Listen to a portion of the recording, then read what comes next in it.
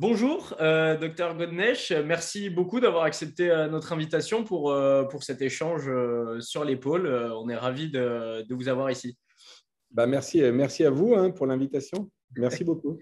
Donc, c'est gentil. Donc, du coup, on va parler de l'épaule qui est bien évidemment votre domaine et qui est une articulation complexe et paradoxale dans la mesure où, en fait, c'est une des articulations les plus mobiles, si ce n'est la plus mobile du corps humain, mais qui nécessite une grande stabilité, notamment dans les sports. Et c'est une articulation qui est fréquemment touchée, que ce soit par des tendinopathies, mais aussi par des luxations d'épaule. Et c'est ce point-là qui va nous intéresser. Donc, on est ravis de pouvoir échanger avec vous aujourd'hui à propos de ça. Avant de débuter avec ma première question, je vais tout simplement vous laisser vous présenter. Et puis ensuite, on est parti. Merci beaucoup. Je vous réitère le remerciement pour l'invitation. C'est vraiment sympa.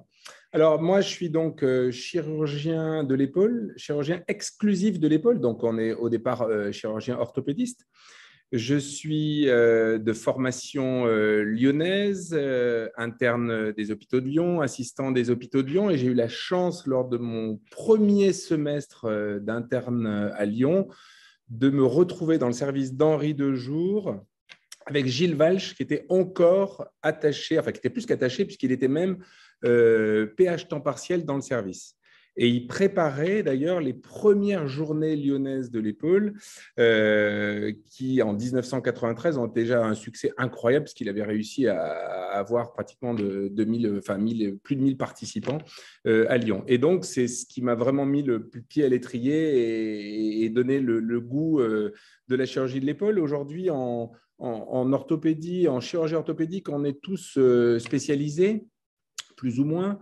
Et on travaille par appareil. Et nous, on a vraiment fait, notamment au centre Santi et dans nos différentes équipes, des vrais pôles d'excellence, entre guillemets, c'est un petit peu pompeux de dire ça, par appareil. Alors, il y a les gens qui s'occupent de la chirurgie du sport, plutôt genoux, chevilles, les gens qui s'occupent de l'arthrose. Et nous, on a un groupe vraiment épaules au centre Santi et je pense ça très intéressant. On a une approche très complète médico-chirurgicale. Donc, on était 5. Maintenant, Gilles Walch vient de s'arrêter. On est 4 chirurgiens et on travaille avec des médecins rééducateurs, des médecins du sport, des rhumatologues. Et on a vraiment une approche médico-chirurgicale. Alors ça, c'est vraiment quelque chose de très particulier. Et on fait donc partie de cette école lyonnaise à laquelle on va englober des collègues qui sont d'ailleurs dans d'autres cliniques. Et on a la particularité au niveau de la pathologie de l'épaule de s'entendre tous très bien. Il n'y a pas de concurrence et c'est quelque chose de très agréable. Voilà. Donc moi, je suis chirurgien exclusif de l'épaule au centre Santi et de l'école lyonnaise. Ok, très intéressant, très intéressant.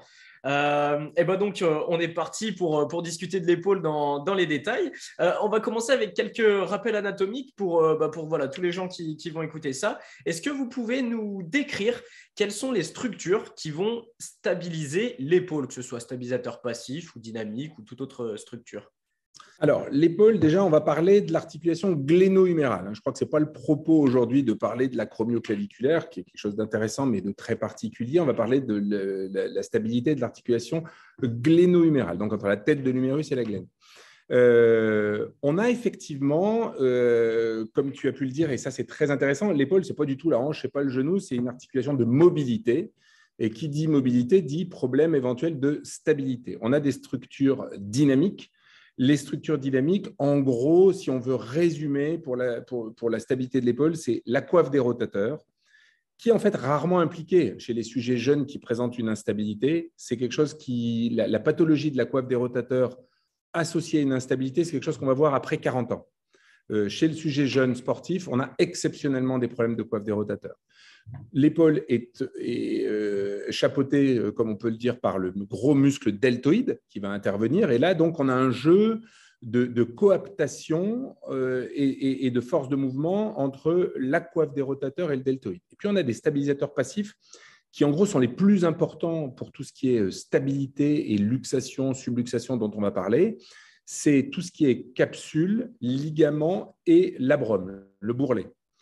Et de façon particulière, c'est tout ce qui est, ce qu'on va dire, sous-équatorial, c'est-à-dire toute la partie inférieure Donc, c'est tout ce qui est ligament gléno-huméral inférieur avec une bande antérieure, une bande postérieure, le labrum, et tout ça est fondu avec la capsule articulaire. Et puis, on va voir que lors de luxation, eh bien, en plus des lésions des structures ligamentaires ou capsulo-labrales, on peut voir des fractures du rebord antérieur ou du rebord postérieur, dans le cas des luxations postérieures, de la glène. Voilà. Et des encoches sur la tête humérale. Mais si on veut revenir sur les structures, c'est vraiment les structures capsulo-labrales qui sont les structures statiques, entre guillemets, mais qui sont les plus importantes et dont on va voir qu'on va essayer de les reconstruire lors de la chirurgie. D'accord, ok, super intéressant, super intéressant. Et du coup, en cas de luxation antérieure de l'épaule, quelles vont être les principales, on va dire, chirurgies en fonction des sites de lésion, justement, les sites qui ont été lésés? Et en termes de récidive, rééducation, etc., qu'est-ce que ça va donner au futur pour un sportif, on va dire? Déjà, quand on parle de luxation, dans 95% des cas, les luxations sont dites antérieures. En fait, elles sont antéro-inférieures. La tête de l'humérus sort en avant et en bas devant la glène.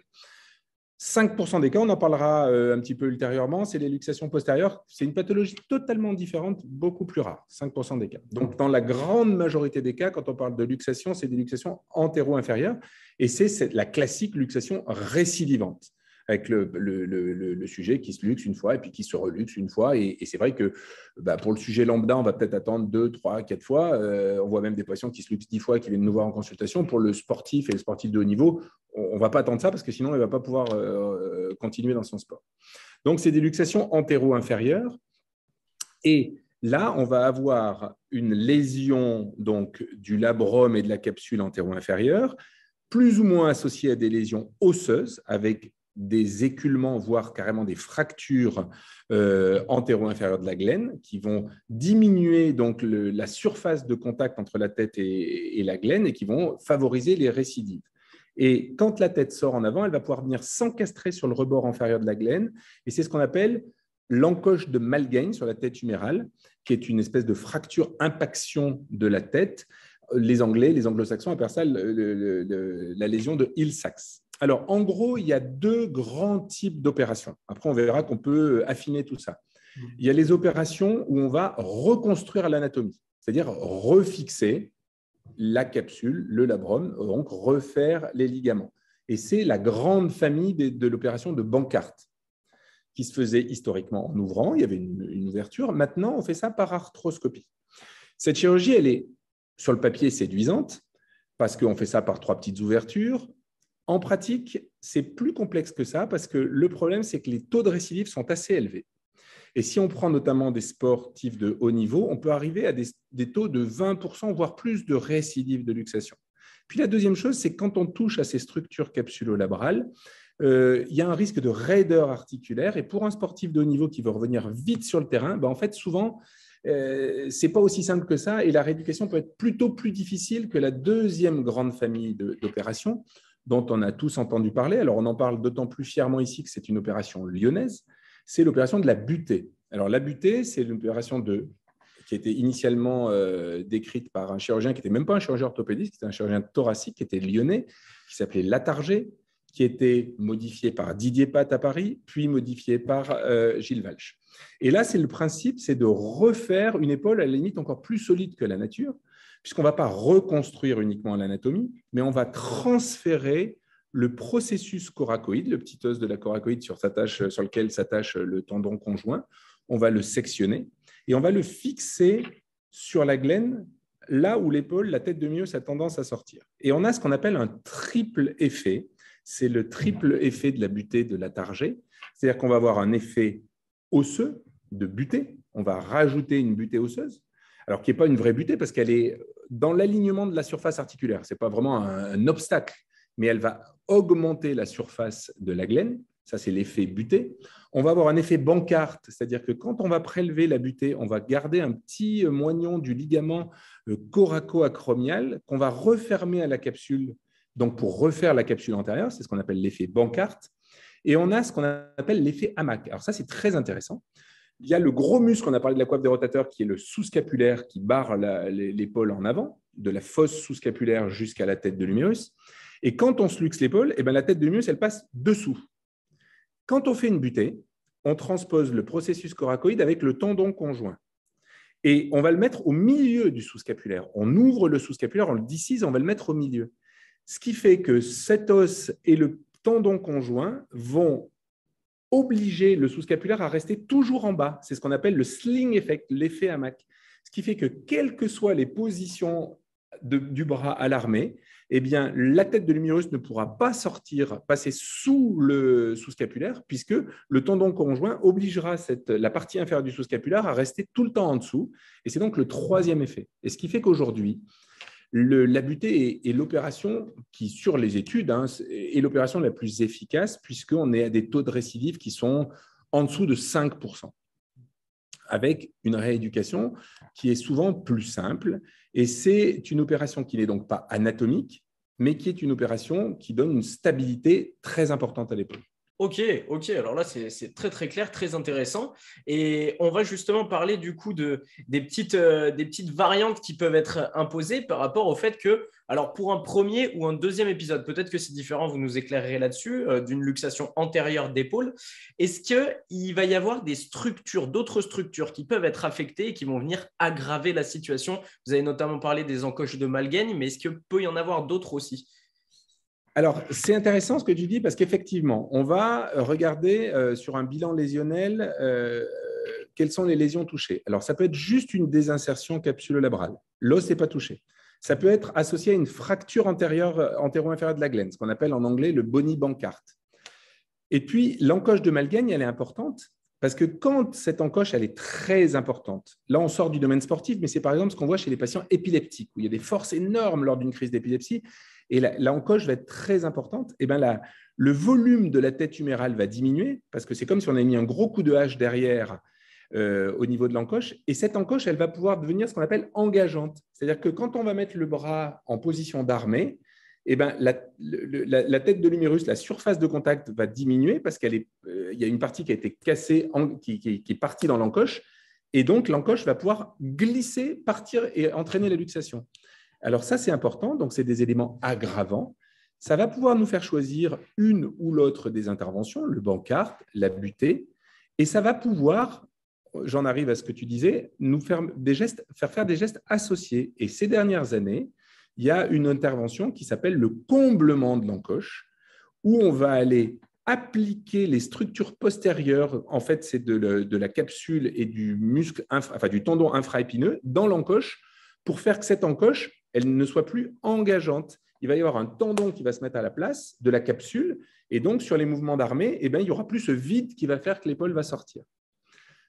Après, les Américains, les Anglo-Saxons ont fait des gestes associés sur l'intervalle des rotateurs, sur des plicatures de la capsule. En France, on n'y croit pas trop. Ça, c'est des gestes qu'on n'associe pas. Par contre, que ce soit le Bankart, que ce soit la butée, il y a un grand dilemme aujourd'hui sur le fait de les réaliser à ciel ouvert ou en arthroscopie. Il y a toute une école qui s'est dit on va faire notamment la butée par arthroscopie. Certains chirurgiens continuent à le faire. Beaucoup, dont on fait partie, considèrent qu'aujourd'hui, et les résultats récents tendent à le prouver, on est plutôt plus efficace en conservant une chirurgie entre guillemets à ciel ouvert par des petites incisions, qui sont des techniques mini-invasives. Donc, les gestes associés peuvent être sur l'encoche, principalement, où on peut faire des comblements postérieurs de l'encoche. Ok.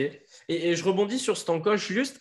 Qu'est-ce qui va être discriminant sur le fait, en fait qu'on va combler cette encoche ou non? C'est la taille, du coup, uniquement de l'encoche? Oui, okay. C'est juste la taille. Et après, il y a des équipes qui ont essayé de modéliser ça. Il y a un chirurgien japonais qui s'appelle Itoi qui a parlé de lésions engageantes et qui, sur le scanner, regarde à partir de quand, c'est un concept qu'on appelle de on-track ou off-track, où l'encoche va partir et entraîner la luxation, et en fonction, il va faire plutôt une opération ou l'autre. Voilà, ça reste des questions d'école. Ok, d'accord, ok, hyper intéressant.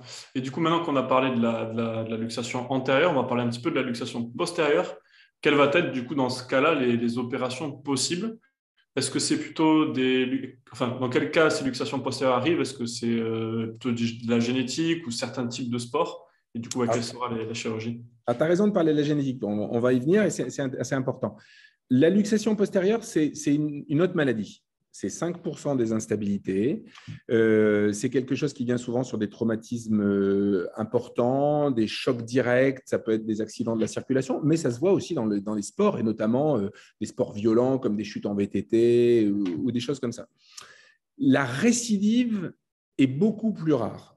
Souvent, on se luxe une fois l'épaule, après on peut être gêné, on peut avoir des douleurs, mais des luxations récidivantes postérieures, c'est beaucoup plus rare, à tel point que Neer, qui est le pape qui a conçu la chirurgie de l'épaule et la pathologie de l'épaule dans les années 50 aux États-Unis, disait que ça n'existait pas. En pratique, ça existe, les luxations postérieures récidivantes, mais déjà, c'est une pathologie, donc c'est 5% des instabilités, les luxations postérieures, et c'est beaucoup plus rarement récidivant. On se luxe une fois l'épaule, rarement plusieurs fois en arrière.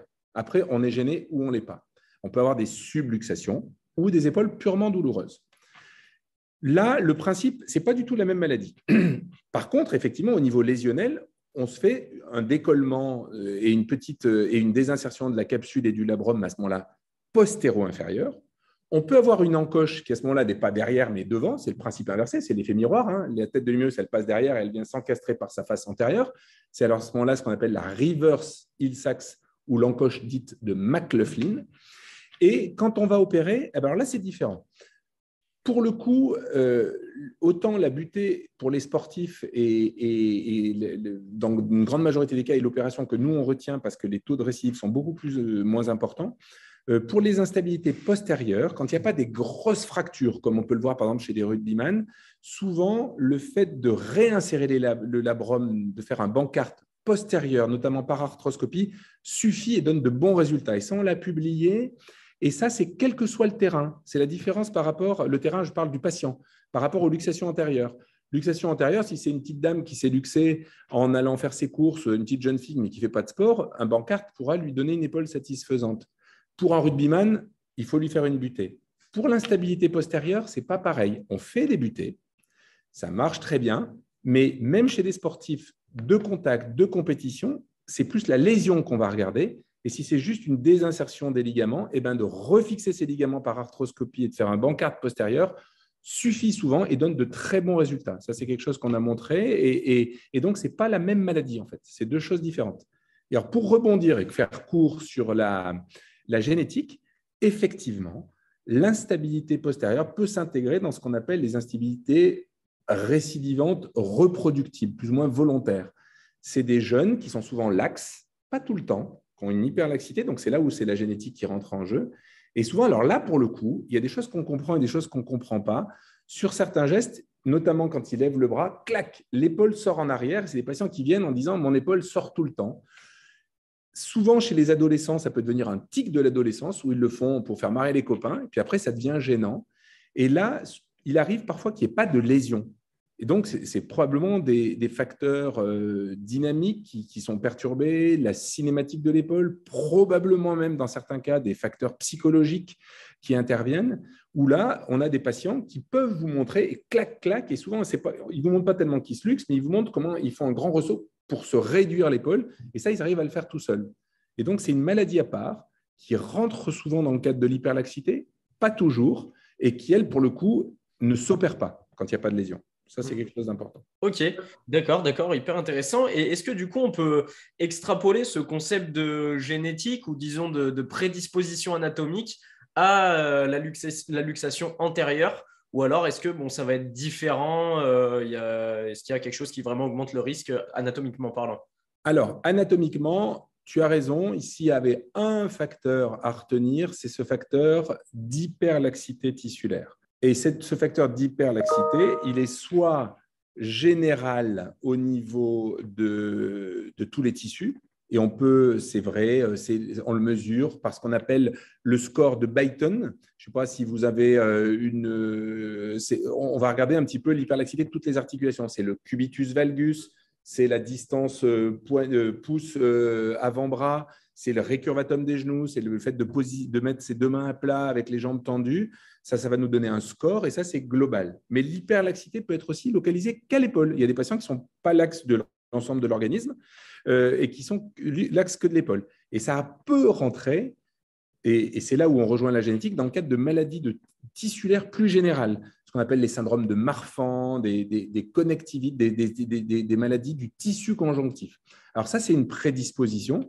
C'est un vrai problème parce que c'est non seulement un facteur d'instabilité, mais c'est un problème thérapeutique et c'est un problème d'échec, un risque d'échec du traitement ou de moins bons résultats. Donc voilà, donc nous on les détecte, il faut les dépister, ces hyperlaxités. Et pour vous, quelque chose, deux petits tests tout simples, l'hyperlaxité de l'épaule, c'était défini par une hyperrotation externe de plus de 85 degrés coup de corps. Et quand on tire sur le bras, il y a ce qu'on appelle le signe du sillon, le sulcus sign. On voit un espace, un sillon qui se creuse d'environ 2 cm entre l'acromion et la tête de l'humérus, qui a un jeu important vers le bas. Voilà, ça c'est l'hyperlaxité de l'épaule et c'est un facteur d'échec des traitements chirurgicaux. Okay. D'accord, très bien. Très bien. On va rentrer un peu plus dans le détail donc, du coup, de la rééducation. Donc, par exemple, dans le cas d'une butée pour luxation antérieure d'épaule. Du coup, sans parler donc, forcément de la coiffe des rotateurs, tous les muscles de l'épaule qui sont hyper importants en rééducation, est-ce que vous avez pu constater des fois sur des récidives des manques en fait dans d'autres parties du corps? Je peux parler par exemple de la ceinture abdominale, donc des gens qui ont un contrôle lombo-pelvien peut-être qui est pas très bon et du coup le transfert d'énergie entre le bas et le haut du corps va pas être bon. Pareil pour les membres inférieurs, peut-être de proprioception également des membres dans l'espace. Est-ce qu'il y a Ça, c'est intéressant. C'est des points qu'on ne connaît pas très bien, nous, les chirurgiens de l'épaule. C'est clair, et notamment pour les sportifs de haut niveau, qu'il faut qu'il y ait une harmonie de l'ensemble de la musculature et du corps. Et c'est vrai que s'il y a un problème, s'il y a un endroit où ça ne marche pas, ça va retentir sur le reste. Donc, c'est clair qu'il faut une prise en charge globale. Après, il y a quelque chose qui intervient, ça c'est sûr, c'est la stabilité de la scapula. Oui. Et de travailler sur les fixateurs de la scapula est quelque chose d'important dans la rééducation de l'épaule. Maintenant, il y a quelque chose qu'il faut voir et qui est propre à l'épaule, et ça, vous aviez commencé la discussion là-dessus, c'est que l'épaule, c'est une articulation de mobilité. Et qu'après une chirurgie de l'épaule, l'articulation a tendance à s'enraidir. Et que le premier point, c'est vraiment la condition sine qua non de retrouver une fonction articulaire satisfaisante, c'est qu'il faut d'abord récupérer la mobilité avant de travailler le renforcement musculaire. Si vous faites du renforcement musculaire sur une épaule opérée qui n'a pas toute sa mobilité, qui est raide, le patient va être douloureux. La deuxième chose importante dont on est en train de se rendre compte aujourd'hui, c'est que quand on fait par exemple des butées, on va mettre des vis. Et la butée, elle est à travers le sous-scapulaire. Et si on fait trop de renforcement des rotateurs internes, là, on déclenche des douleurs parce qu'on crée un conflit entre la butée et le sous-scapulaire. Et ça, c'est des patients qui deviennent douloureux. Et pareil, on l'a étudié, on l'a publié.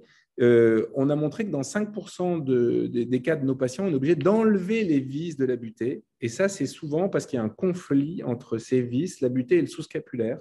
Et si on fait de la rééducation trop importante, trop rapide, avec notamment un renforcement musculaire des rotateurs internes, eh bien, on risque d'augmenter ce risque de conflit.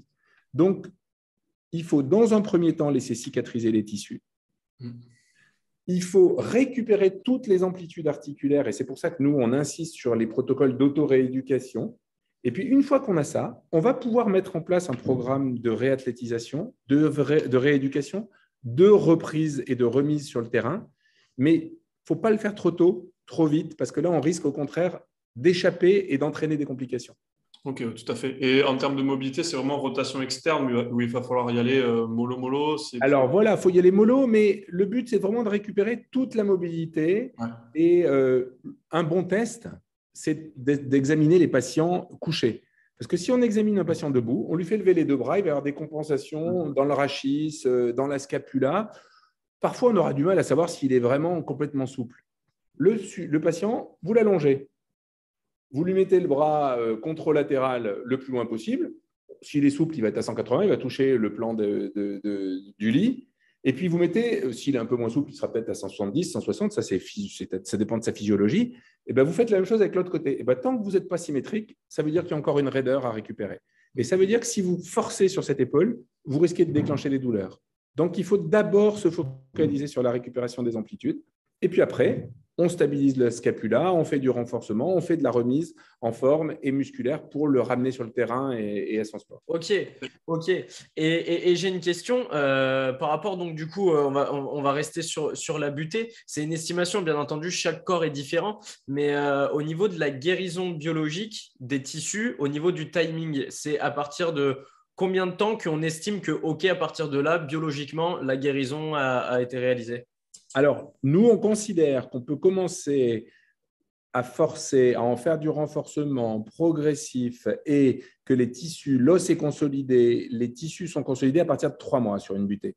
Et on a vu sur des scanners, probablement que sur une butée arthroscopique, c'est pour ça que nous, on a fait un peu machine arrière, c'est un petit peu plus long, mais sur une butée standard à ciel ouvert, à 3 mois, c'est solide. Avant, il faut y aller doucement. C'est-à-dire quand on revoit le patient à 1 mois, souvent, il a déjà récupéré une bonne amplitude, on lui dit, on continue, tu peux recommencer à faire du fond, tu peux recommencer à faire travailler le membre inférieur, tu commences à retravailler la sangle abdominale, mais c'est trop tôt pour faire du renforcement musculaire sur ton épaule parce que ce n'est pas encore solide. L'os n'est pas consolidé. Voilà. Donc, la notion de 3 mois sur une butée standard est probablement un bon timing. Et puis, c'est à partir de là où on peut y aller progressivement. Ok, très très important, très intéressant.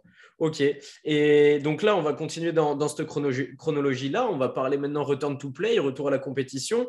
On sait qu'il y a quelque chose, du moins, voilà, qui est populaire pour le moment, c'est le testing isocinétique. Alors, on a beaucoup de valeurs pour le genou, notamment avec le croisé antérieur, etc., dans les études. Et qu'est-ce qu'il en est au niveau de l'épaule? Quel est à vous votre avis sur le testing isocinétique et les potentielles valeurs cut-off qu'on peut y trouver? Alors, pour tout te dire, nous, on revient un peu, et je vais te dire sur quoi on s'oriente, on revient un petit peu sur l'isocinétisme dans le return to play de l'épaule, et notamment après une butée, parce que comme on en a parlé tout à l'heure, les tests sont faussés par ce potentiel conflit entre la butée, les vis et le sous-scapulaire.